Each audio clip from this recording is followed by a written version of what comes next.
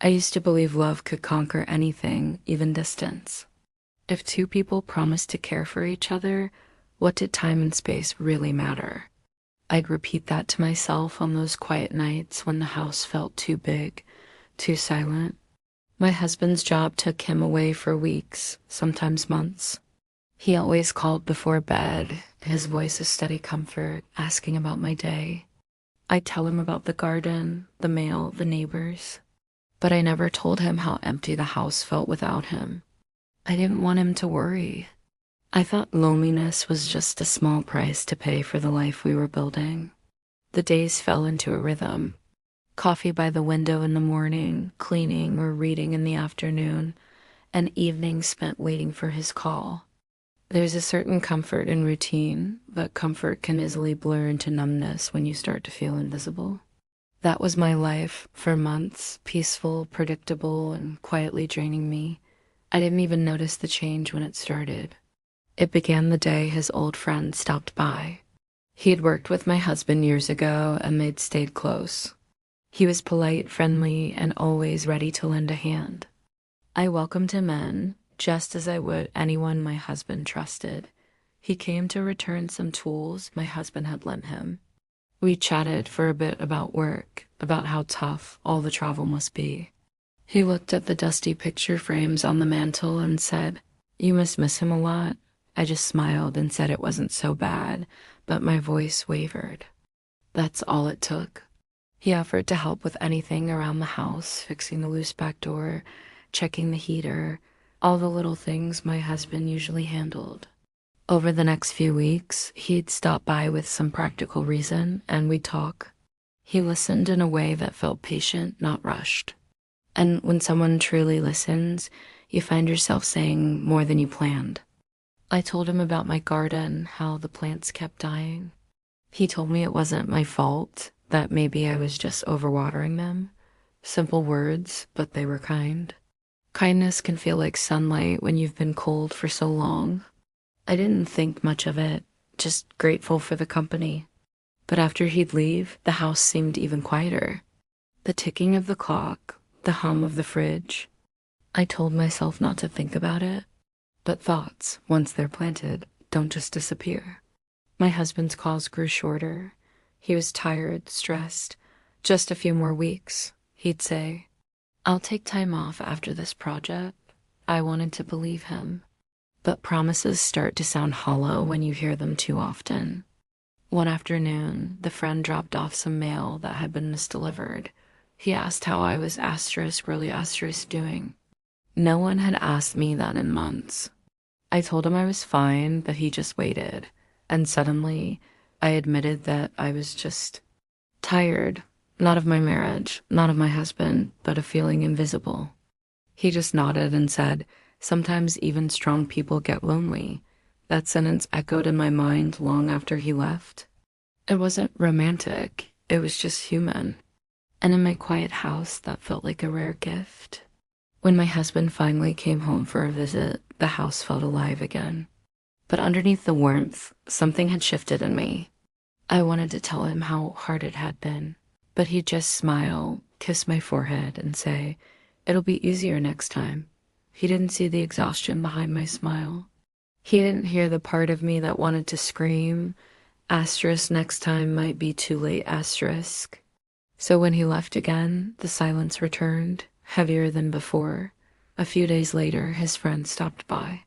He noticed I'd been planting new flowers. "Trying again?" he asked with a soft smile. I just nodded. "Yes," I said. "Maybe this time they'll grow." I didn't want to feel what I was feeling. But emotions don't ask for permission. That afternoon, my husband called. He might need to extend his trip. My voice trembled as I said I understood.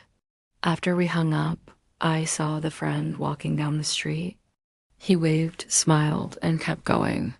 It was such a simple gesture, but it stirred a quiet ache inside me. It wasn't desire. It was the memory of what it felt like to be seen. That night, I whispered to the empty room, "I still love him." I said it to remind myself. But I knew that something fragile inside me had already begun to change, not out of betrayal, but out of a hunger for the warmth I had been missing for far too long. The days after my husband's call felt longer than usual. I'd wake before dawn, make coffee, and sit by the window waiting for the sky to brighten. He had warned me that the next few weeks would be busier than ever, that he might not always have time to call. I told him it was fine. I wanted him to believe I was strong enough to handle the distance. But strength and solitude don't always belong together. Each day blended into the next, the same empty chair at breakfast, the same silence after sunset.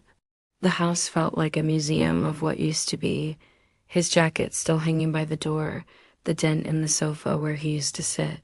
One afternoon, I was in the garden when his friend walked up the driveway.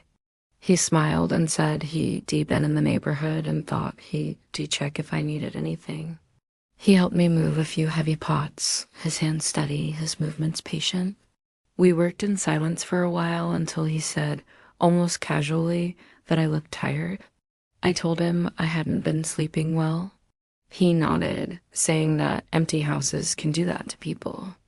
Then he paused, looked at the dying flowers I'd been tending to, and said softly, "They just need someone around long enough to notice." For a moment, I didn't know whether he meant the plants or me. We sat on the back porch afterward, and he talked about his own loneliness. I was surprised by how much of myself I recognized in his story. We were two people orbiting the same emptiness. When he stood to leave, I thanked him, and as he walked away, I felt the strange weight of unspoken words. That night, I lay awake, not thinking about love or betrayal, but about the moment our silences had touched, the point where comfort turned into something fragile and forbidden. Over the next few days, he called once or twice to ask about the garden. I told myself it was harmless, but every time the phone rang, my pulse quickened, not with excitement, but with fear of what I was starting to feel. I began noticing things, how carefully he spoke, how he remembered small details I'd mentioned. My husband used to do that once. The line between friendship and something else doesn't break all at once. It erodes quietly, one honest conversation at a time. It was a Friday evening when he stopped by again. A storm threatened in the distance, and I invited him in to wait for the rain to pass. We sat in the living room, the lights dim, and we talked about everything, childhood, regrets, the kind of conversation that only happens when two people are too tired to pretend anymore. I told him how my marriage had faded, not because of anger, but because of time. He listened with that same quiet intensity, and when I fell silent, he said softly, "You deserve to feel seen." That sentence broke something in me. I had been invisible for so long that even a moment of attention felt like air after drowning. The rain began to fall. He leaned back and said, "You're stronger than you think, but even strong people get tired." I smiled faintly. "Tired doesn't justify mistakes," I said. He nodded. "No, it doesn't, but it explains them." In that silence, I felt the line blur, not because of touch, but because of understanding. A dangerous kind of intimacy born from shared loneliness. When the power went out, the room fell into darkness. "I should go," he said finally. He took a few steps toward the door, then turned back. Our eyes met not in longing, but in recognition. It was the kind of look that says, asterisk, I see you, and I shouldn't asterisk. And for the first time, I understood how betrayal begins. Not with actions, but with a thought that lingers too long. When my husband called that evening, his voice sounded distant. He asked how I was, and I said fine. He said he missed me, and I said I missed him too. The words came easily, but they felt different now, like lines from a play. After we hung up, I stared at my reflection. I didn't look like someone unfaithful, but I didn't look innocent either. I looked like someone standing at the edge of a decision they didn't want to make. It wasn't romance. It wasn't lust. It was a quiet dependency, a need to be understood by someone who shouldn't have been the one to understand. I had crossed a line, not one anyone could see, but one I could feel. I lay awake, realizing that guilt can arrive long before the act itself. It starts when truth begins to hide. I whispered to myself as if saying it could make it true. Asterisk, this ends here. Asterisk, but promises like that are only as strong as the silence that follows. And in the quiet that night, I realized that once you've been seen, truly seen, you can never go back to being invisible again. Thank you for watching. If this story resonated with you, please consider liking this video and subscribing for more content. See you next time. The days that followed were quieter than usual. The silence in the house no longer felt peaceful. It felt like judgment. Every sound echoed louder, the creak of the floorboards, the hum of the refrigerator, even my own breathing. I avoided the garden, avoided my phone, avoided my own reflection. I told myself that everything was fine, that I had only imagined the danger. But guilt doesn't care about technicalities. It just grows in the spaces between truth and denial. My appetite disappeared. I started sleeping later, waking earlier. Every small thing reminded me of what I was trying so hard to forget. The half-finished teacups, the smell of rain, the faint ring of a text tone. I didn't answer his messages anymore, but I didn't delete them either. That was my first real mistake, keeping the evidence of what I was pretending didn't exist.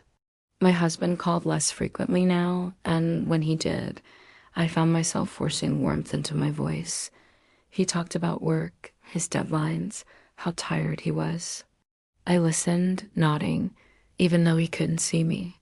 I wanted to tell him I wasn't angry he was gone so much. I wanted to tell him that the distance wasn't just miles anymore. It was emotional, invisible, and somehow deeper than ever. But I didn't, because I knew if I started talking honestly, everything else might unravel. One afternoon, while folding laundry, I found one of his old shirts. It still smelled faintly of his cologne. I pressed it to my face and felt tears sting my eyes. It wasn't regret that made me cry. It was the realization that I still loved him, even after everything. And maybe that's what made the guilt so much harder to bear, that love and betrayal could exist in the same heart at the same time. Days turned into weeks. The friend didn't visit anymore. Part of me was relieved. The other part missed the sound of footsteps outside the door. Loneliness had become familiar, but now it carried shame with it. My husband noticed. "You sound distant," he said once. I laughed softly, deflecting. Maybe I'm just tired. He didn't push, but I could tell something in his tone had changed. Then, one evening, a text from the friend. "I hope you're okay. I'm sorry if I made things harder for you." I read it over and over, then deleted it. But deleting a message doesn't erase the memory. That night, I couldn't sleep. The guilt had shifted into something heavier fear. Fear that the truth has a way of finding its way out, no matter how carefully we bury it. The next morning, I looked around the house and realized my life had become about waiting. Waiting for calls, waiting for visits, waiting for forgiveness that hadn't even been asked for yet. When I got home from a long walk, the phone was ringing. It was my husband. He sounded cheerful, told me he was finally coming home sooner than expected. 3 more days, he said. My stomach tightened. I should have been happy, but all I felt was dread. The walls seemed to close in around me.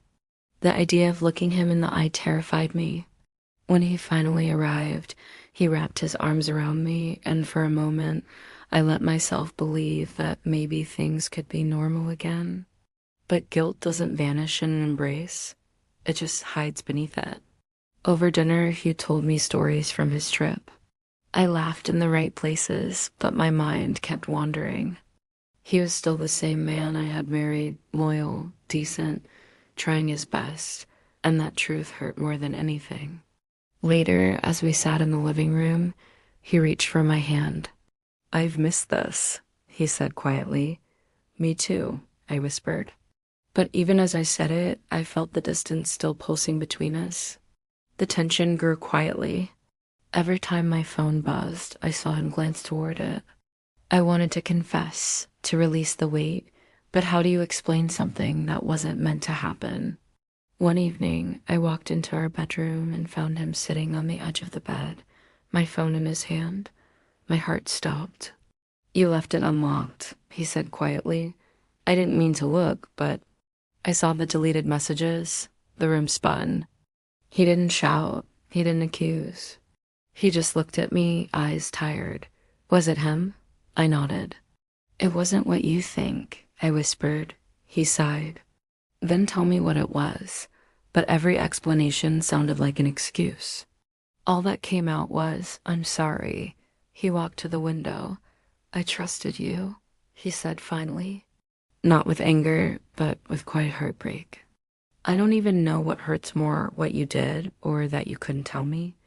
The next morning, he left early for a walk. I sat alone at the table, staring at my untouched coffee. Confession hadn't brought relief, only a clarity that cuts. When he returned, he simply said he needed time to think. That evening, I stood in the doorway and watched him sitting outside, his head bowed. I wanted to go to him, to promise I'd make it right. But promises mean nothing without trust. In that moment, I understood what guilt truly was. Not the fear of being caught, but the ache of knowing you've hurt someone who never wanted to hurt you. The wind picked up, rustling the leaves. The flowers I'd planted months ago had finally started to bloom. I stared at them, realizing that even fragile things can find a way to grow again, but never quite the same. The morning after, the silence was deafening. I made coffee, just like always, but the kettle's whistle felt like a scream in the stillness. He hadn't said much since he found the messages. Now, every word between us was heavy, threatening to shatter what little was left. He sat across from me, his eyes a million miles away, the steam from his mug a wall between us. What could I say? Apologies felt so small, so insignificant against the damage. Sometimes, when love is bruised beyond words, silence is all you have left. Finally, he looked at me. "I just need space," he said. His voice wasn't angry. It was tired, gentle, even. I just nodded. What else was there to do? I didn't beg, didn't argue. Deep down, I knew he deserved that space. He packed a small bag and said he'd stay with a friend. When the door closed behind him, the sound felt so final, like turning a page in a book I hadn't finished reading. The house was empty, but it wasn't loneliness this time. It was consequence.